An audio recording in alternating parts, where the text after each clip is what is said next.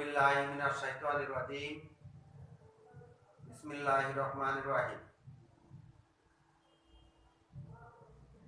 প্রিয় শিক্ষার্থীবৃন্দ,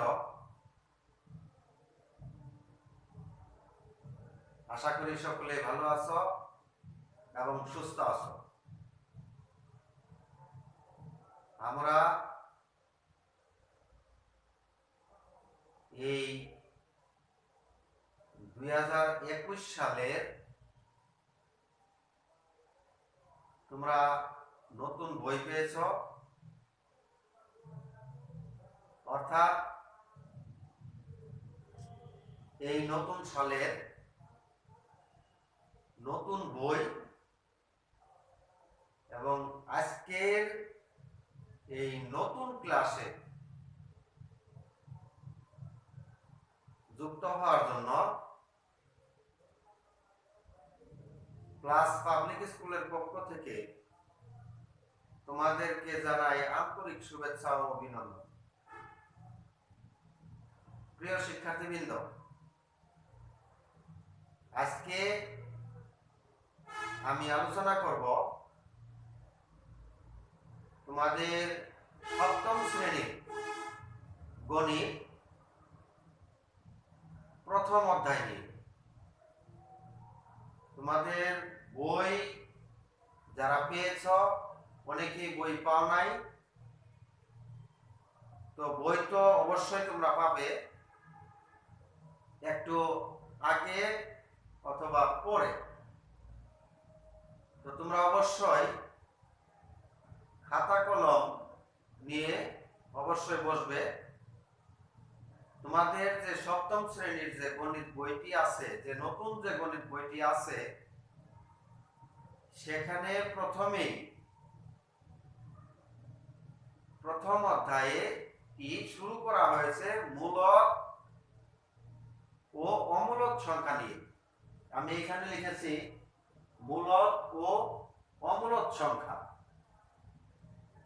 এখন মূলক সংখ্যা এবং অমূলক সংখ্যা কি, সেই জিনিসটি তুমি যদি ক্লিয়ার জানতে চাও,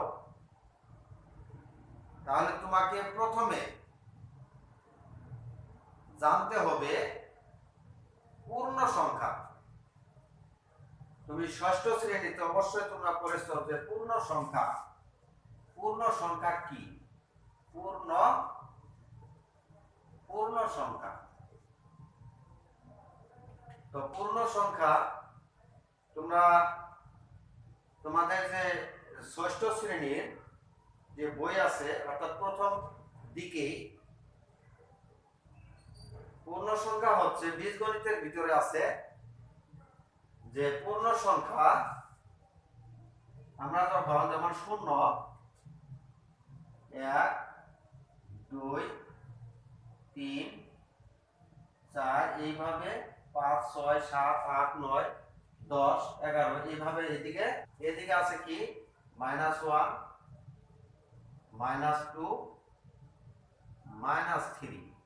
অর্থাৎ এইখানে এই ফোঁটা দেওয়ার মানে হচ্ছে এদিকে আছে কি -4, -5, -6, -7, অর্থাৎ এদিকে চলছে। তা আমরা এই যে সংখ্যাগুলো দেখতে পাচ্ছি,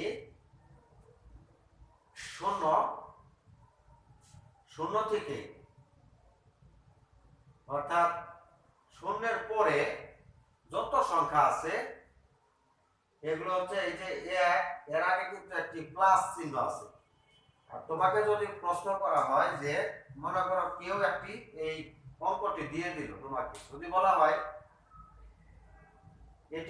এই অঙ্কটি কি, তুমি অবশ্যই বলবে যে এটি হলো 5।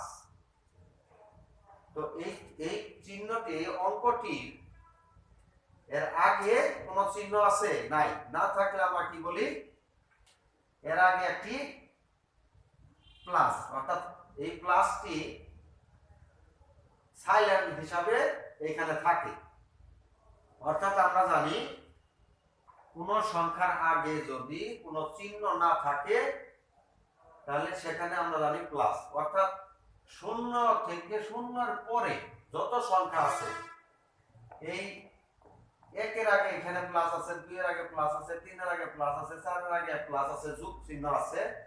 অর্থাৎ শূন্যের পরে যত সংখ্যা আছে এরা সকল সংখ্যা, এদেরকে বলা হয় ধনাত্মক ধনাত্মক সংখ্যা। ধনাত্মক সংখ্যা বলতে ধনাত্মক পূর্ণ সংখ্যা।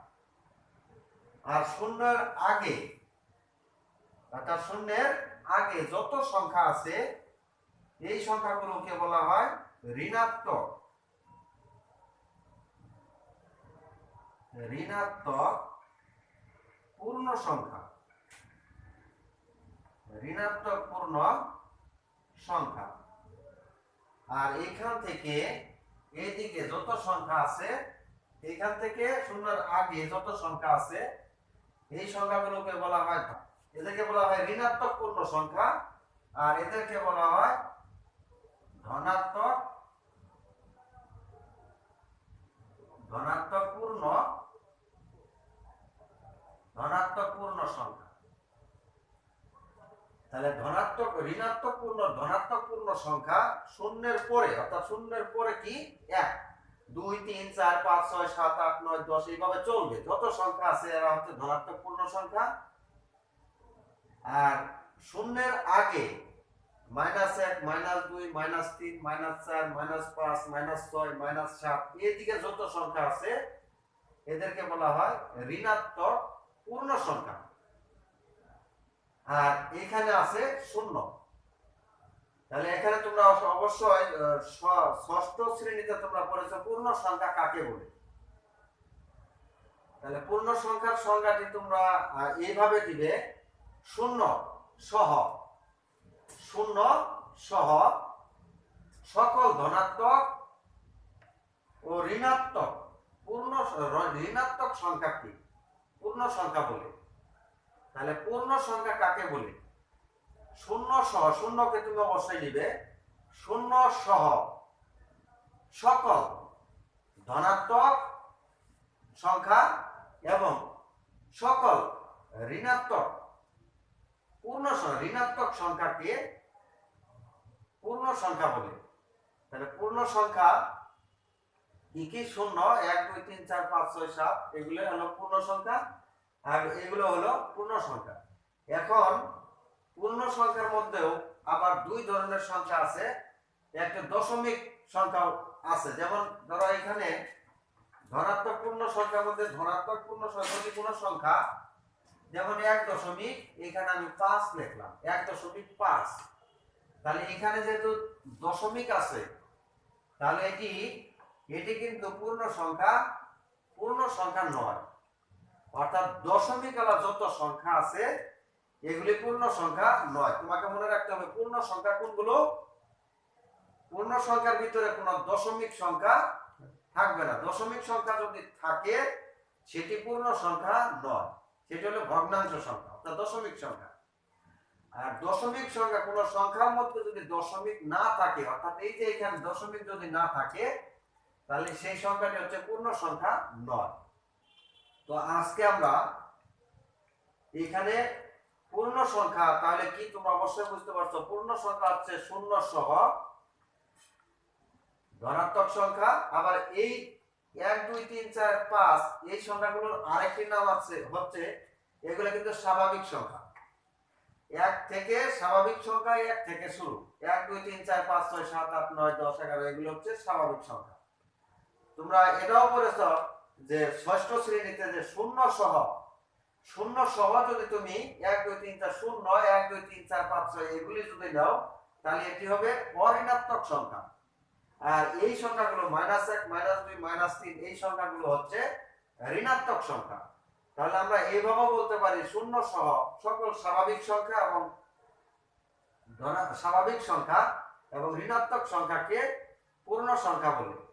তো প্রিয়, যদি কোনো সংখ্যার আগে, অর্থাৎ যে কোনো সংখ্যার ভিতরে যদি দশমিক থাকে তাহলে সেটি পূর্ণ সংখ্যা নয়। আর যদি দশমিক যদি না থাকে সেটি হচ্ছে পূর্ণ সংখ্যা। তো আমরা এখন আলোচনা করব যে মূলদ সংখ্যা। এখন পূর্ণ সংখ্যা তাহলে কি? পূর্ণ সংখ্যার ভিতরে কখনো দশমিক চিহ্ন, অর্থাৎ দশমিক থাকবে না। যদি দশমিক থাকে সেটি পূর্ণ সংখ্যা নয়, আর যদি দশমিক যদি না থাকে সেটাকে আমরা বলবো পূর্ণ সংখ্যা। তাহলে পূর্ণ সংখ্যা অবশ্যই তোমরা ধরতে পারবে যে তোমাকে যদি চারটি সংখ্যা দিয়ে দেওয়া হয়, যেমন যদি আমি তোমাকে প্রশ্ন করি যে এখানে আমি দিলাম 2, 3, এইখানে দিলাম 13, আর এইখানে আমি দিলাম 7.1। যেমন এখানে আমি চারটি ঘর তোমাকে যদি বলি যে এইখানে এই চারটি ঘরের মধ্যে কোনটি পূর্ণ সংখ্যা নয়, তাহলে তুমি অবশ্যই বলবে যে এই 7.1 এই সংখ্যাটির যেহেতু দশমিক আছে এটি হবে কি, এটি হবে পূর্ণ সংখ্যা নয়। আবার এরকম ভাবে প্রশ্ন করা হয় যে মনে করো এইগুলোর মধ্যেও তোমাকে পরীক্ষার মধ্যে প্রশ্ন এভাবেও দিতে পারে যে 3টি দশমিক আলা সংখ্যা দিবে, একটি দশমিক ছাড়া দিবে। যেমন ধরো এখানে দিলাম 5.2, এখানে দিলাম 7.1, এখানে দিলাম 8.5, এইখানে দিলাম শুধু 9। এখন যদি এখানে আমি তোমাকে চারটি ঘর আমি দিয়ে দিলাম, দিয়ে অর্থাৎ চারটি সংখ্যা আমি দিয়ে দিলাম চারটি ঘরে ক খ গ ঘ। তোমাকে যদি প্রশ্ন করা হয় যে এখানে নিচের কোনটি পূর্ণ সংখ্যা, তাহলে তুমি অবশ্যই দেখবে যে এটা দশমিক আছে, এটি পূর্ণ সংখ্যা নয়।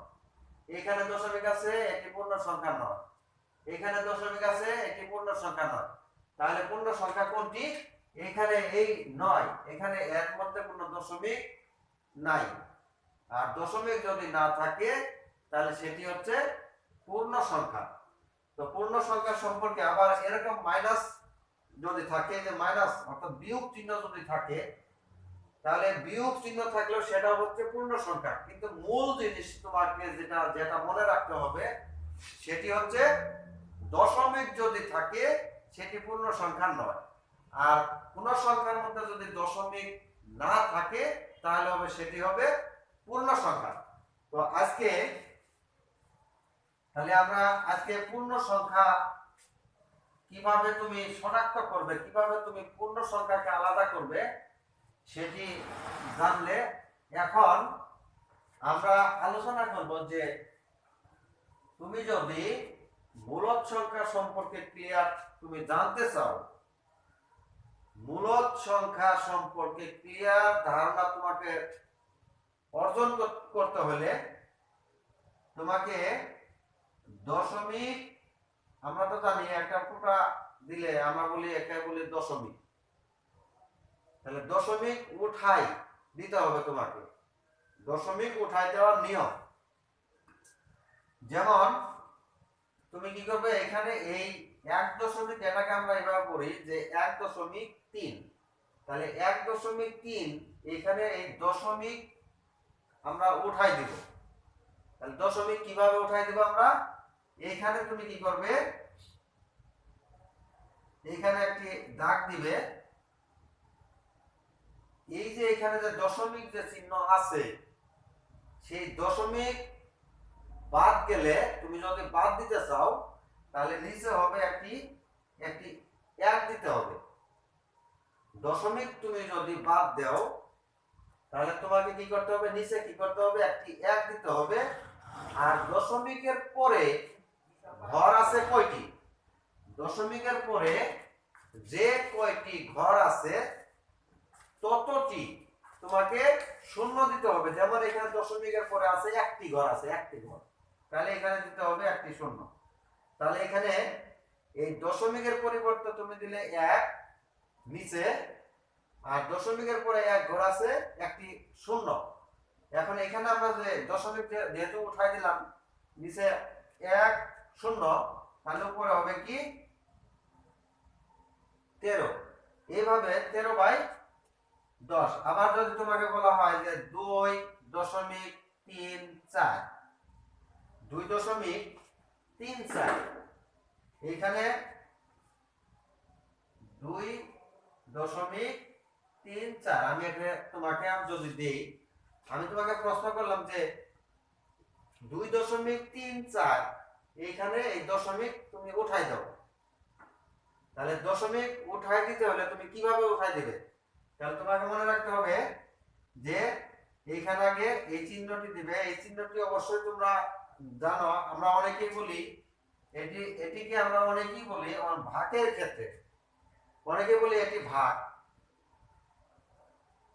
এটি ভাগ, কিন্তু এটি কিন্তু মূলত কিন্তু এটি কিন্তু ভাগ না। যদি এটাকে এই দাগটাকে তুমি যদি ভাগ মনে করো তাহলে কিন্তু এটি কিন্তু ভুল।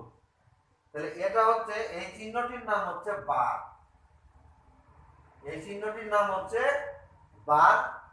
তো এর কাজ হচ্ছে এই ভাগের মতো, এই চিহ্নটির নাম হচ্ছে ভাগ, অর্থাৎ বার চিহ্ন। তোমরা অবশ্যই ভাগ চিহ্ন তোমাদের বইতে এরকম ভাবে তোমরা পেয়েছো যে এটা হচ্ছে ভাগ, কিন্তু এটি কিন্তু ভাগ, এর নাম কিন্তু ভাগ না, কিন্তু এটি কি করে ভাগের মতো কাজ করে। যেমন তোমরা অবশ্যই পঞ্চম শ্রেণীতে পড়েছো যে এই যে এরকম একটি কথা তোমরা সরল অঙ্কের ভিতরে তোমরা পড়েছো, এর আমরা বলি কি এর মানে পূরণ, এর মানে কিন্তু মানে পূরণ চিহ্ন, অনেকে আছে যে এর মানে পূরণ বলে, অর্থাৎ গুণ বলে, কিন্তু এর এর শব্দের অর্থ কিন্তু গুণ না। যদি বলো যে এর শব্দের অর্থ গুণ তাহলে সেটি কিন্তু ভুল।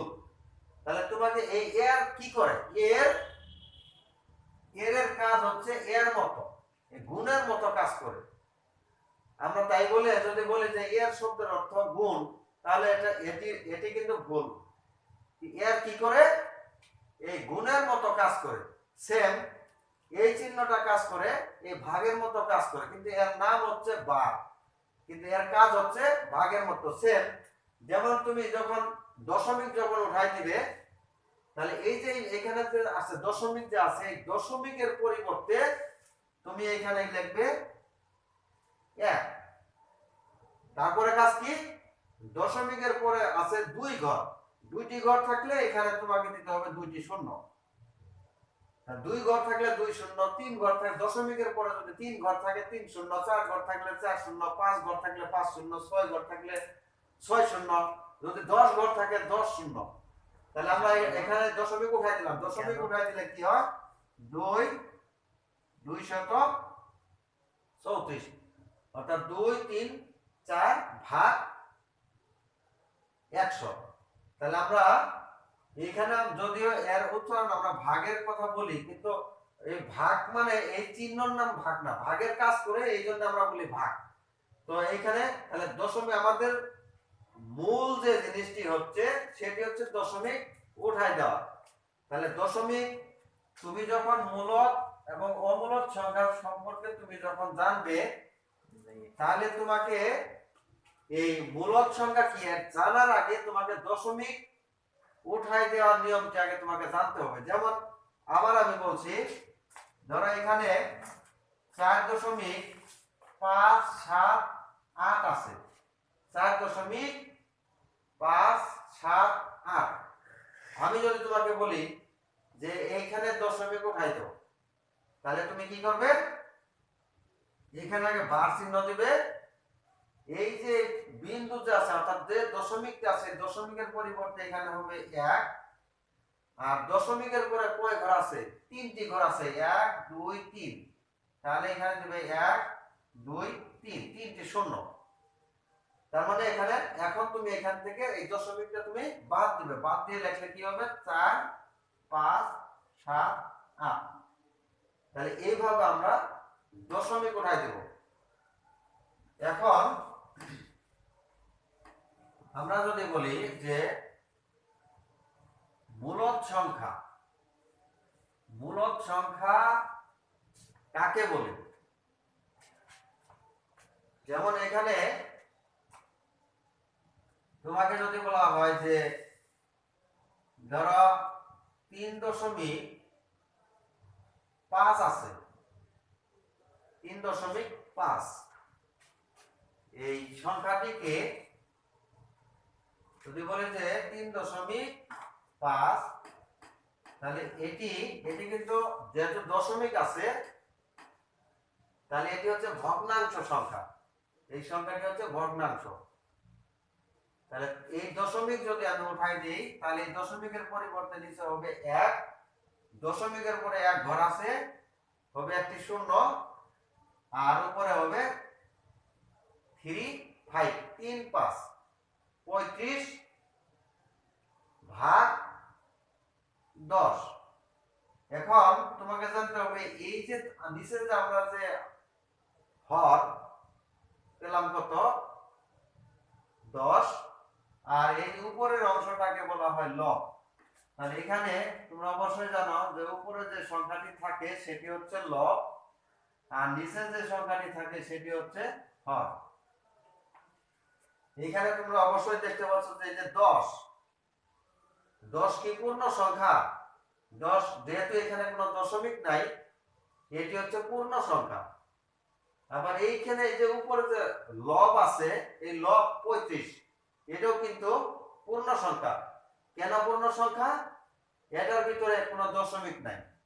তাহলে এখানে আমরা এই দশমিক, এই 3.5 কে আমরা উঠাই দিয়ে এই সংখ্যাটি আমরা পেলাম 35/10। তাহলে এটি হচ্ছে পূর্ণ সংখ্যা, এটিও হচ্ছে পূর্ণ সংখ্যা। এই জন্যই আমরা বলি যে সকল সংখ্যাকে দুটি পূর্ণ সংখ্যার অনুপাত রূপে প্রকাশ করা যায় তাকে মূলদ সংখ্যা বলে। মূলদ সংখ্যা কাকে বলে তোমরা অবশ্যই এখানে লিখে দিবে যে সকল সংখ্যাকে মূলদ সংখ্যা কাকে বলে। মূলদ সংখ্যা, মূলদ সংখ্যা কাকে বলে? তাহলে এখানে লিখবে যে সকল সংখ্যাকে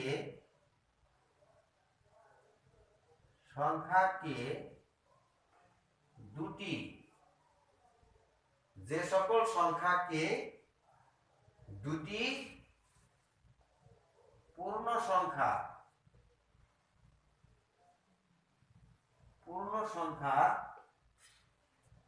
অনুপাত রূপে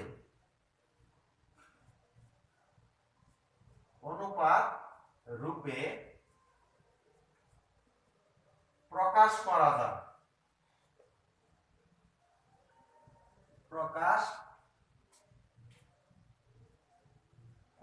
যায়, তাকে মূলদ সংখ্যা বলে। মূলদ সংখ্যা বলে যে সকল সংখ্যাকে দুটি পূর্ণ সংখ্যার অনুপাত রূপে, এখানে অবশ্যই তোমরা এখানে একটি শব্দ আছে অনুপাত রূপে প্রকাশ করা যায় তাকে মূলদ সংখ্যা বলে। যেমন তোমাকে যদি আমি বলি যে 5, এই 5 মূলদ সংখ্যা নাকি অমূলদ সংখ্যা, তাহলে তুমি বলবে যে এই 5 হচ্ছে মূলদ সংখ্যা। কেন মূলদ সংখ্যা?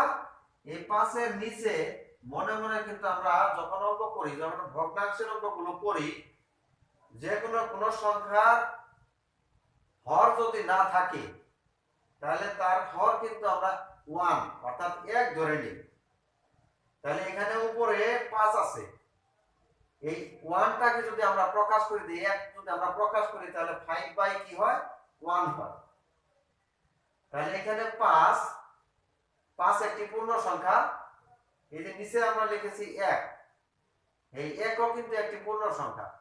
তাহলে এই সংখ্যা দুটিকে আমরা এইভাবে লিখতে পারি, এই যে প্রথমে যে লব আছে, এই লব হবে প্রথমে, আর এই যে বার যে চিহ্ন আছে, যে ভাগের কাজ যেটা করে, যে এই যে চিহ্নটা আছে ভাগ, এর পরিবর্তে হবে এই চিহ্ন অনুপাত, আর নিচে হবে তারপরে হবে 1, অর্থাৎ উপরের সংখ্যাটি প্রথম হবে, এই ভাগের পরিবর্তে এখানে দিবে অনুপাত চিহ্ন, আর এই 1 যাবে নিচে, অর্থাৎ এটি হচ্ছে 5:1।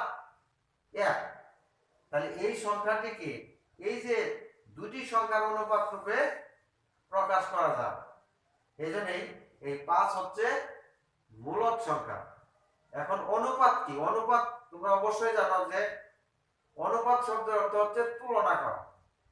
আমরা অনুপাত শব্দের অর্থ বুঝবো যে তুলনা করা, কিন্তু মূলতে কিন্তু সেটা ভাগের মতোই কাজ করে। যেমন এখানে এই অনুপাতটা যদি থাকে, এই প্রথম যে সংখ্যাটি আছে এটি হবে লব, আর পরের যে সংখ্যাটি থাকবে সেটি হবে হর। এইজন্যই যত ধনাত্মক পূর্ণ সংখ্যা, যত পূর্ণ সংখ্যা আছে, যত পূর্ণ সংখ্যা আছে এবং দশমিক সংখ্যা, যত দশমিক সংখ্যা আছে, সকল সংখ্যাই হচ্ছে মূলদ সংখ্যা। মূলদ সংখ্যা পূর্ণ সংখ্যা হতে পারে এবং দশমিক সংখ্যা হতে পারে। প্রিয় শিক্ষার্থী বন্ধুরা, তোমরা অবশ্যই মনে রাখবে যে যদি দশমিক সংখ্যা থাকে, এই দশমিক সংখ্যাটির নামও কিন্তু মূলদ সংখ্যা।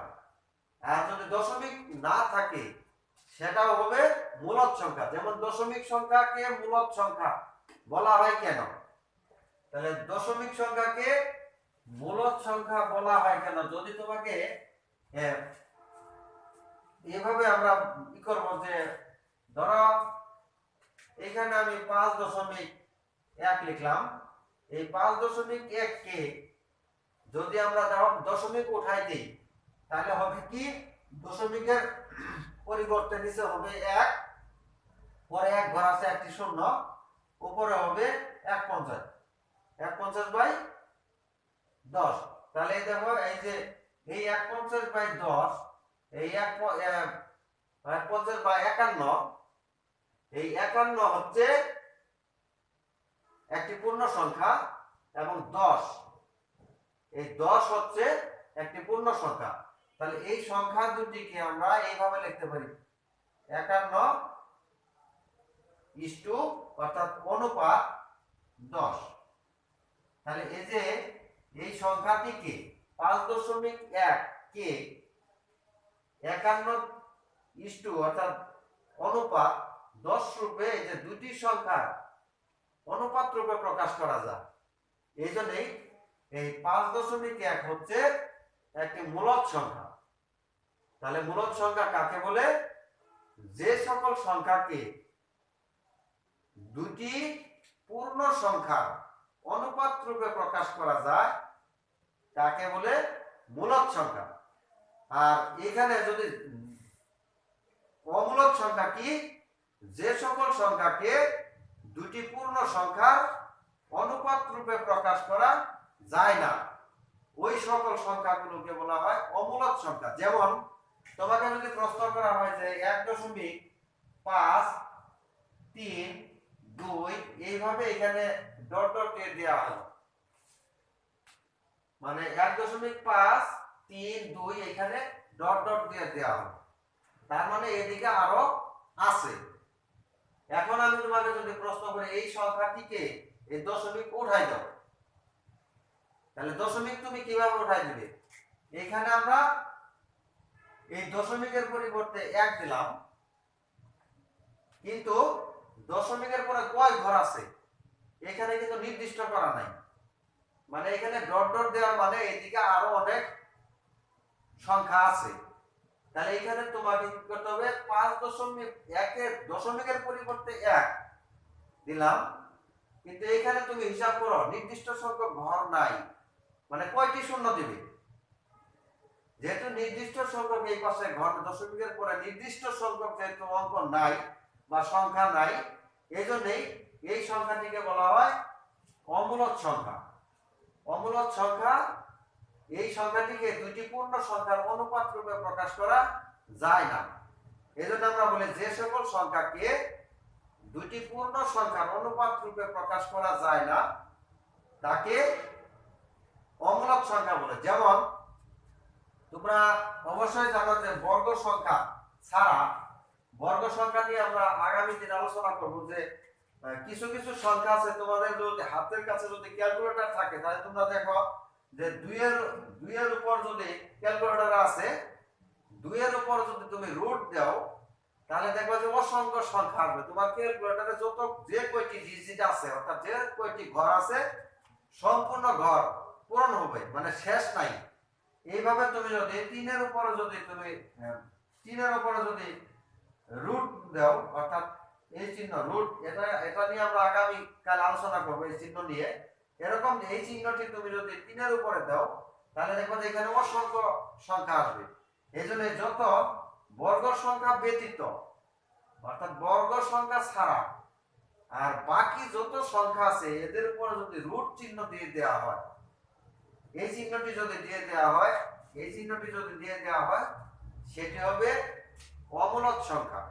তাহলে অমূলক সংখ্যা কাকে বলে? যে সকল সংখ্যাকে দুটি পূর্ণ সংখ্যার অনুপাত রূপে প্রকাশ করা যায় না, তাকে বলা হয় অমূলক সংখ্যা। আর যে সকল সংখ্যাকে দুটি পূর্ণ সংখ্যার অনুপাত রূপে প্রকাশ করা যায়, তাকে বলা হয় মূলক সংখ্যা। তো প্রিয় শিক্ষার্থী বন্ধুরা, আজকে আমরা এটি আমাদের নতুন বই পাওয়ার পরে প্রথম ক্লাস। তো আগামী দিন আমরা এর পরবর্তী অংশ থেকে আলোচনা করব। তো সকলের সুস্বাস্থ্য কামনা করে আজকের মতো এখানে শেষ করছি। আসসালামু আলাইকুম।